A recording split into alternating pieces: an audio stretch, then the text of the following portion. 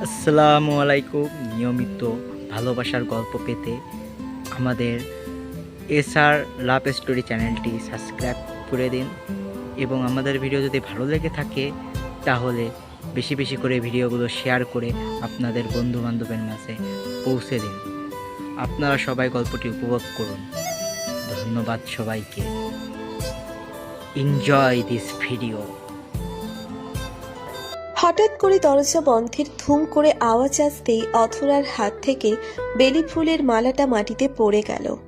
অথরা তড়িঘড়ি করে পিছন ফিরে তাকিয়ে দেখল সাদা রঙের পাঞ্জাবি পরে দরজার সাথে হেলান দিয়ে দাঁড়িয়ে আছে রক্তিম। রক্তিমের মাথা বেয়ে ঘাম ছুটছে, ক্লান্তি আর বিরক্তি তার মুখশ্রীতে লেগে আছে। অথরা এক ধ্যানে রক্তিমের দিকে তাকিয়ে আছে। অথরার এহেন দৃষ্টি দেখে রক্তিম অনেকটাই বিরক্তি নিয়ে বলল, আমাকে কোনোদিন দেখিসনি তুই? রক্তিমের প্রশ্নে অথরার ধ্যান ভাঙে। সে নিজেকে সামলে বলল, আপনি এখানে কেন রক্তিম ভাইয়া?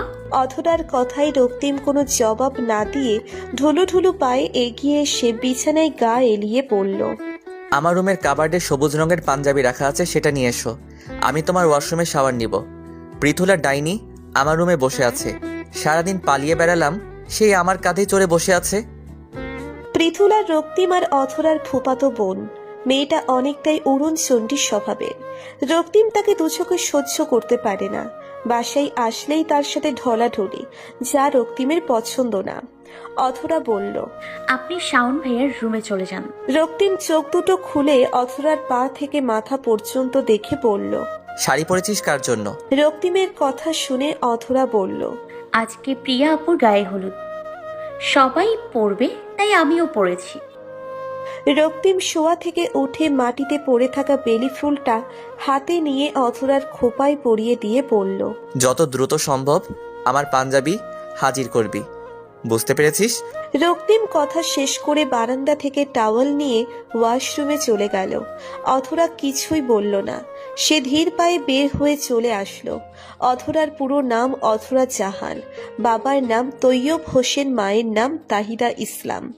অথরা একান্নবর্তী পরিবারের মেয়ে। তার বাবা আর দুই চাচা একই সাথে একই বাড়িতে থাকে। সবাই একসাথে থাকলেও কারো মধ্যে মনের মিল নেই। বিশেষ করে অথরার পরিবারের সাথেই সবাই একটু কড়াভাবে ব্যবহার করে থাকে। কারণ অথরার বাবা অনেকটাই অসচ্ছল, ছোট একটা কাপড়ের দোকান তার। অথরার মা তাহিদাকে সবার অমতে বিয়ে করার জন্য তার আজ এই দশা। রক্তিম হচ্ছে অথরার বড় চাচা আয়ুব হোসেনের ছেলে। অথরা রক্তিমের থেকে দূরে থাকার চেষ্টা করে, কারণ রক্তিমের মা জোহরা খাতুন তাকে সাফ সাফ বলে দিয়েছে রক্তিমের থেকে দূরে থাকতে। অথরা মা বাবার একমাত্র মেয়ে। পাশাপাশি রক্তিমের এক বোন আছে যার নাম প্রিয়া। আজ তার গায়ে হলুদ। অথরার ছোট চাচা তৌহিদ হোসেন আর তার স্ত্রী নাম ইলিনা চৌধুরী বড়লোকের মেয়ে, তাই কারো কথা সে শুনতে বাধ্য নয়। তাদের এক ছেলে এক মেয়ে। ছেলের নাম শাওন, অথরার বড়, আর মেয়ের নাম ইরা, অথরার ছোট। চাচাতো ভাই বোনের মধ্যে সবার বড় রক্তিম, এরপর শাওন, প্রিয়া, অথরা, ইরা। অথরা সোজা রান্নাঘরে চলে আসলো। অথরার মা তাহিদা শাড়ির আঁচল কোমরে গুজে কাজ করছে। মায়ের দিকে তাকিয়ে অথরা দীর্ঘশ্বাস ছেড়ে বলল, বড় চাচি আর ছোট চাচি কোথায়? সব কাজ তোমাকে দিয়ে চলে গেছে। তাহিদা মেয়ের কথায় কোনো প্রতিক্রিয়া না দেখিয়ে বলল, শাড়ি পরে তোকে খুব সুন্দর লাগছে। অথরা মুচকি হেসে বলল। মা, বাবা কবে এই বাসা থেকে আমাদের নিয়ে দূরে চলে যাবে? অথরার কথায় তাহিদা তার মুখ চেপে ধরে বলল, পরিবার ছেলে কোথায় যাব? আর তোকে এসব কে বলেছে? বাবা আমাকে ওয়াদা করেছে সে আমাদের অন্য বাসায় নিয়ে যাবেন। মা, তুমি কেন এখানে থাকতে চাও? সবাই আমাদের অপমান করে, শুধু রক্তিম ভাইয়া, প্রিয়া আপু, শাওন ভাইয়া আর ইরা বাদে আমার আর কাউকে ভালো লাগে না। অথরা কথা শেষ করে সেখান থেকে দৌড়ে চলে যায়। তাহিদা মেয়ের যাওয়ার দিকে তাকিয়ে দুফোঁটা চোখের পানি ফেলে আবার কাজে মনোযোগ দেয়। অথরা রক্তিমের রুমের সামনে এসে দাঁড়িয়ে আছে। ভেতরে যাওয়ার সাহস সে পাচ্ছে না। পৃথুলা বিছানায় বসে আছে। অথরা গুটি গুটি পায়ে ভিতরে প্রবেশ করলো।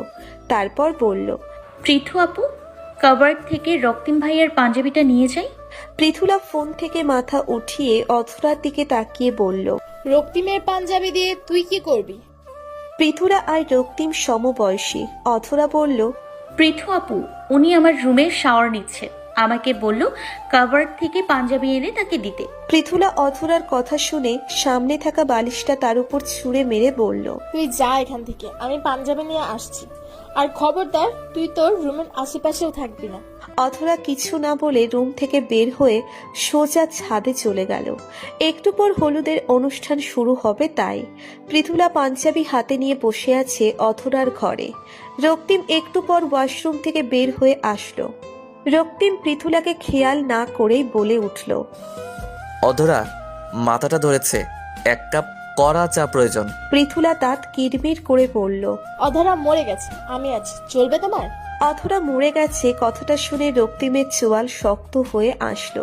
সে পেছন ফিরে পৃথুলাকে ভয়ঙ্কর নজরে দেখল। পৃথুলা ভয় পেয়ে বলল, মজা করছিলাম তো।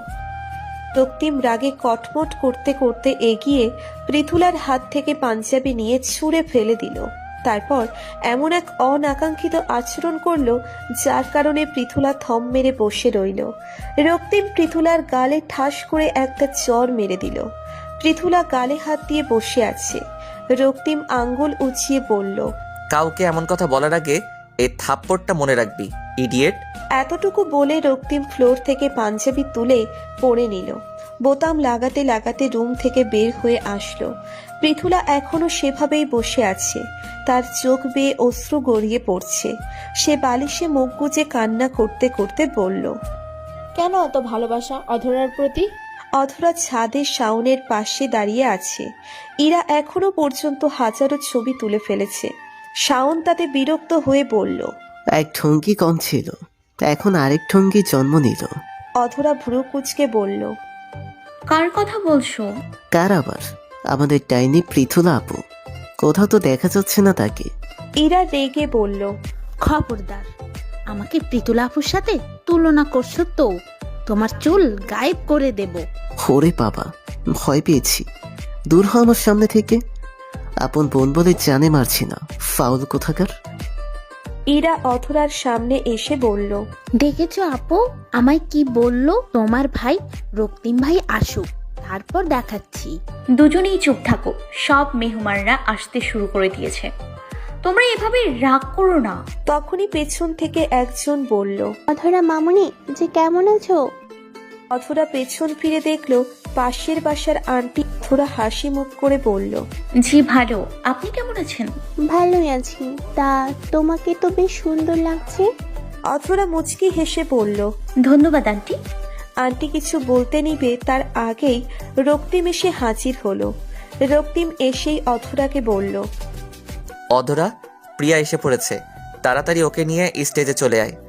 অধরা আর এক সেকেন্ডও দেরি না করে দৌড়ে নিচে এসে প্রিয়ার রুমে চলে গেল। সেখানে গিয়ে দেখলো প্রিয়াকে হলুদ রঙের শাড়িতে একদম হলুদ পরি লাগছে। কাঁচা ফুলের গহনায় তার সৌন্দর্যটাকে আরো বাড়িয়ে তুলেছে। অধরা প্রিয়ার পাশে দাঁড়াতেই প্রিয়া বলল, কেমন লাগছে আমাকে? বেশ সুন্দর। তোমাকে যদি একবার রায়হান ভাইয়া এই লুকে দেখে না, তাহলে একদম শেষ। রায়হানকে পাঠিয়েছে ছবি, দেখ কি রিপ্লাই আসে। আপু তাদের পক্ষ থেকে আজকেও আসবে না? প্রিয়া গহনা ঠিক করতে করতে বলল, রায়হানের ছোট ভাই রাফাত আসবে। আপু চলো, তোমাকে স্টেজে নিয়ে যেতে বলেছে। তখনই ঘরে প্রবেশ করলো প্রিয়ার মা জোহরা খাতুন। সে অধরার দিকে একবার তাকিয়ে হাতে থাকা বক্সটা খুলে প্রিয়ার জন্য একটা গলার নেকলেস বের করে তাকে পরিয়ে দিল। প্রিয়া মাকে জড়িয়ে ধরে বলল, মা এটা অনেক সুন্দর, ধন্যবাদ। জোহরা খাতুন মেয়ের মাথায় হাত বুলিয়ে বলল, তোকে অনেক সুন্দর লাগছে। তোর বাবা কাজে ব্যস্ত, তাই সে আসতে পারেনি। কোনো সমস্যা নেই। জোহরা খাতুন অধরার দিকে তাকিয়ে বললেন, প্রিয়াকে স্টেজে দিয়ে তুই রান্নাঘরে আসবি, একটু কাজ আছে। অধরা মাথা দুলিয়ে প্রিয়াকে নিয়ে ছাদে চলে গেল।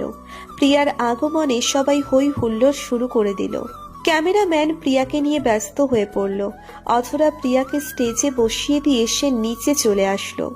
রান্নাঘরে গিয়ে দাঁড়াতেই জোহরা খাতুন বললেন, শোন, তোর মা অন্য কাজে ব্যস্ত, তুই এসব ফল কেটে ফেলে সাজিয়ে রাখবি। আর শোন, সুন্দর করে কাজ করবি, প্রিয়ার দেবর আসবে, এসব ওর সামনে দিতে হবে। অথরার মনটা খারাপ হয়ে গেল। সবাই ছাদে কত মজা করছে আর সে এখানে কাজ করতে থাকবে, কিন্তু বড় চাচিকে সে মানা করতে পারবে না। তাই শাড়ির আঁচল কোমরে গুজে কাজে লেগে গেল। জোহরা খাতুন নিজ কাজে চলে আসলো। রক্তিম ছাদে দাঁড়িয়ে সবকিছুর পর্যবেক্ষণ করছে। বোনের বিয়ে দেখে ভাই এত ব্যস্ত। সাথে রয়েছে অথরার বাবা তৈয়ব হোসেন, সে সব কাজেই অংশগ্রহণ করছে। রক্তিম আশেপাশে তাকিয়ে অথরাকে খোঁজার চেষ্টা করছে। রক্তিম মুচকি হেসে নিচে নেমে এদিক সেদিক অথরাকে খুঁজতে লাগলো। সে রান্নাঘরে গিয়ে দেখলো অথরা কাজে ব্যস্ত। রক্তিমের মাথাটা গরম হয়ে গেল। যেখানে সবাই মজা করতে ব্যস্ত সেখানে মেয়েটাকে কাজে আটকে রেখেছে। রক্তিম অথরার কাছে গিয়ে তার হাত ধরে টান মারতেই চাকু দিয়ে অথরার হাত কেটে গেল। অথরা ব্যথার যন্ত্রণায় আহ করে উঠল। রক্তিম অথরার হাতের দিকে তাকাতেই দেখতে পেল অথরার হাত থেকে গলগল করে রক্ত ঝরছে। তা দেখে রক্তিম তার পাঞ্জাবির পকেট থেকে রুমাল বের করে অথরার হাতে চেপে ধরল। অথরার হাত ধরে রক্তিম নিজ রুমে নিয়ে গিয়ে বিছানায় বসিয়ে দিয়ে ফার্স্ট এইড বক্স এনে হাতে ব্যান্ডেজ করতে লাগলো। আপনি উপরে চলে যান, আমি করে নিতে পারবো। বড় চাচি দেখলে বকা দেবে, আমার কাজ বাকি আছে।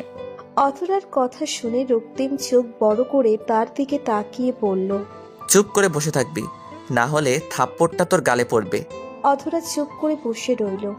রক্তিম তার কাজ শেষ করে বলল, সোজা ছাদে চলে যাবি, আমি মায়ের সাথে কথা বলে নিব। অথরা কিছু বলতে যাবে তার আগেই রক্তিম বলল, 5 সেকেন্ডের মধ্যে আমার সামনে থেকে চলে যাবি। অথরা আর অপেক্ষা না করে সোজা রুম থেকে বের হয়ে আসলো। প্রিয়াকে সবাই হলুদ ছোঁয়াতে ব্যস্ত।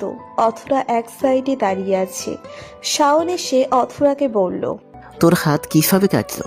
ফল কাটতে গিয়ে কেটে গেছে। প্রিয়ার দেবর চলে এসেছে, তুই দেখা করেছিস? না তো। আচ্ছা ফুপি কোথায়, তাকে তো দেখছি না। ওই মহিলার কথা বলিস না, কোনো জায়গায় দাঁড়িয়ে হয়তো তার গহনার হিসাব করছে। আচ্ছা তার সাথে দেখা করে আসি, না হলে কথা শুনতে হবে। চাপুন, তুই মহান দেবী। অথরা আশেপাশে তাকিয়ে দেখলো তার ফুপি রোকেয়া হোসেন একজনের সাথে দাঁড়িয়ে কথা বলছে।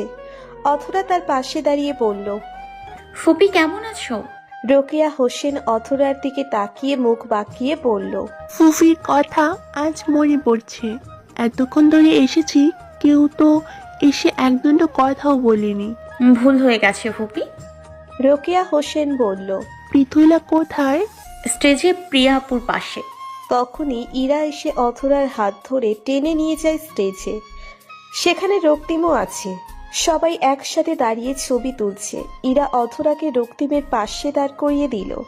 তা দেখে পৃথুলার রাগটা বেড়ে গেল।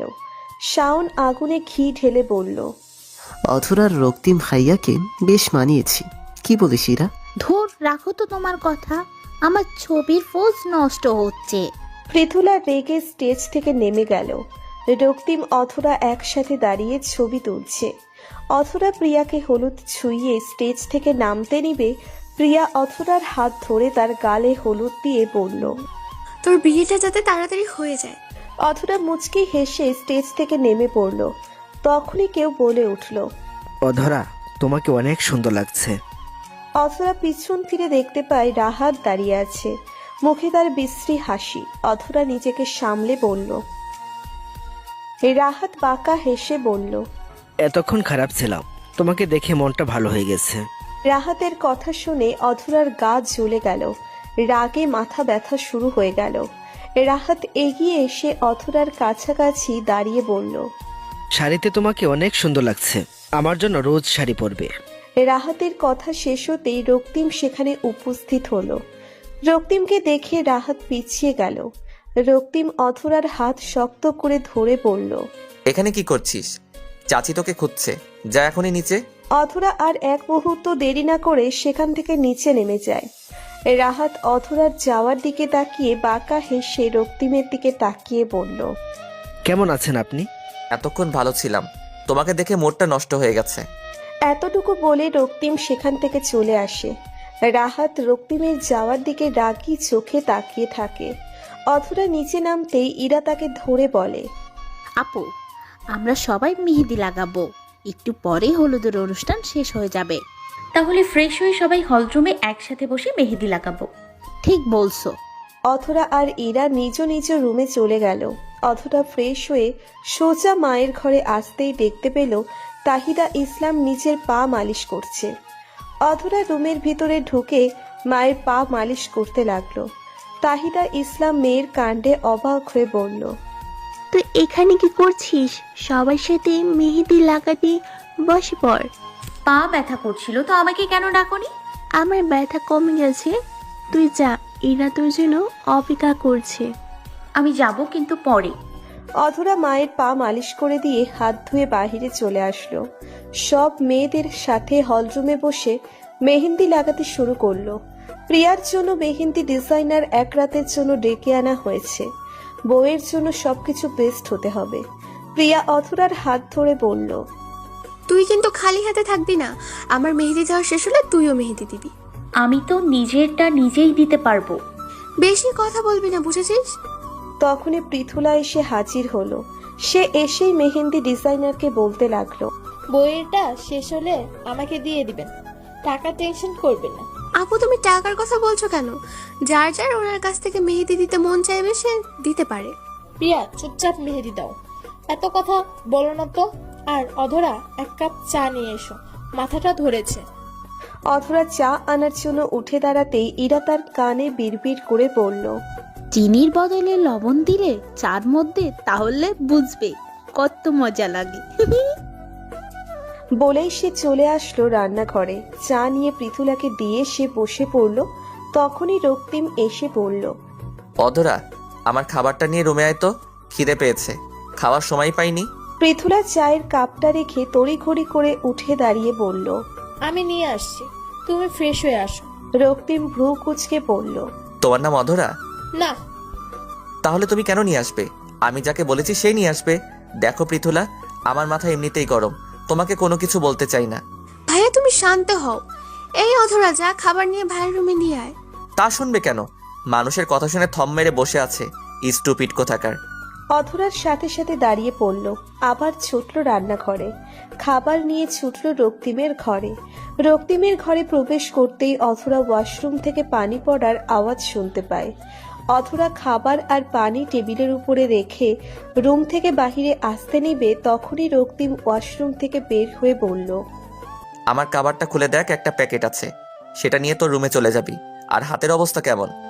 অধরা পেছনে ফিরে দেখল রক্তিমের মুখ বেয়ে পানির বিন্দু ঝরছে। চুলগুলো ভিজে গেছে। রক্তিম সামনের চুলগুলো পিছনে ঠেলে দিয়ে বলল, কিরে, কিছু বলছিস না কেন? হাত ঠিক আছে। মেহেদি এক হাতে দিবি, ওই হাতে দিলে ব্যথা বাড়বে। জানি। কাবার্ড খুলে প্যাকেটটা নিয়ে যা। অধরা ধীর পায়ে কাবার্ডের সামনে গিয়ে তা খুলে দেখল একটা শপিং ব্যাগ রাখা আছে। সেটা নিয়ে অধরা কাবার্ড বন্ধ করে রক্তিমের দিকে তাকাতেই রক্তিম বলল, কালকে বিয়েতে এটাই পরবি, কোনো বাহানা শুনছি না। অধরা মাথা দুলিয়ে শপিং ব্যাগটা নিয়ে রুম থেকে চলে গেল। রক্তিম খাবারের প্লেটটা নিয়ে খাওয়া শুরু করলো। তার ঠোঁটের কোণে মুচকি হাসি লেগে আছে। সকাল থেকেই বিয়ের তোড়জোড় শুরু হয়ে গেছে। অধরা নিচের রুমে বসে রক্তিমের দেওয়া গাউনটা খুলে দেখল। কালো রঙের গাউনটা বেশ লাগছে অধরার কাছে। সবাই বিয়ের জন্য শপিং করতে পারলেও অধরা ইচ্ছে করেই করেনি। এত টাকা খরচ করে কোনো লাভ নেই, আর বাবার উপরে এতটা চাপ সে সৃষ্টি করতে চায় না। ভাবনার মাঝেই দরজা ঠেলে ঘরে ঢুকলো তৈয়ব হোসেন। তৈয়ব হোসেন হাতে থাকা শপিং ব্যাগটা এগিয়ে নিয়ে বলল, তোর জন্য একটা জামা এনেছি, দেখ তো পছন্দ হয় নাকি। অথরা শপিং ব্যাগটা হাতে নিল। তৈয়ব হোসেনের চোখ পড়ল কালো গাউনটার দিকে। সে বলল, এই গাউন কবে কিনেছিস? অথরা শপিং ব্যাগ থেকে নীল রঙের একটা নর্মাল ড্রেস বের করে নিজ গায়ে দিয়ে বলল, তাহলে এটাই পর তুই, আমার দেওয়া জামাটা নর্মাল হয়ে যায়। এরা তো অনেক ভালো জামা পরবে, আর তুই। অথরা তৈয়ব হোসেনের কথা শেষ করতে দিল না, তার আগেই বলল, তৈয়ব হোসেন হালকা হেসে মেয়ের মাথায় হাত বুলিয়ে চলে গেলেন। তৈয়ব হোসেন আর অধরার কথা এতক্ষণ পর্যন্ত কেউ আড়াল থেকে শুনছিল। সেই ব্যক্তিটি মনে মনে বলল, আমার প্রিয়তমা যে সবার থেকে সেরা এটা আমি আগে থেকেই জানতাম। অধরা প্রিয়ার রুমে বসে আছে। প্রিয়া কাঁদতে কাঁদতে অস্থির হয়ে যাচ্ছে। আজ সে নিচু বাসা থেকে বিদায় নেবে তাই। শাওন প্রিয়ার কান্না দেখে বলল, তাহলে তুই বিয়ে করিস না, রায়হানকে সুন্দর একটা মেয়ে দেখে বিয়ে করিয়ে দিবনি। শাওনের কথা শুনে প্রিয়া কান্না বন্ধ করে বলল, শয়তান হারামি, আমার সতীন আনতে চাও তুমি? তুমি আমার সাথে কথা বলবে না। রক্তিম প্রিয়ার পাশে বসে বলল, চেহারার অবস্থা খারাপ করে ফেলেছিস, এখন তোকে রাক্ষসিনীর মতো দেখা যাবে। রক্তিমের কথায় প্রিয়া ভ্যা করে কেঁদে উঠল। তা দেখে শাওন বলল, ভাইয়া, ছোটবাবু কাঁদছে, ফিটার এনে দাও। অধরা এবার কপট রাগ দেখিয়ে বলল,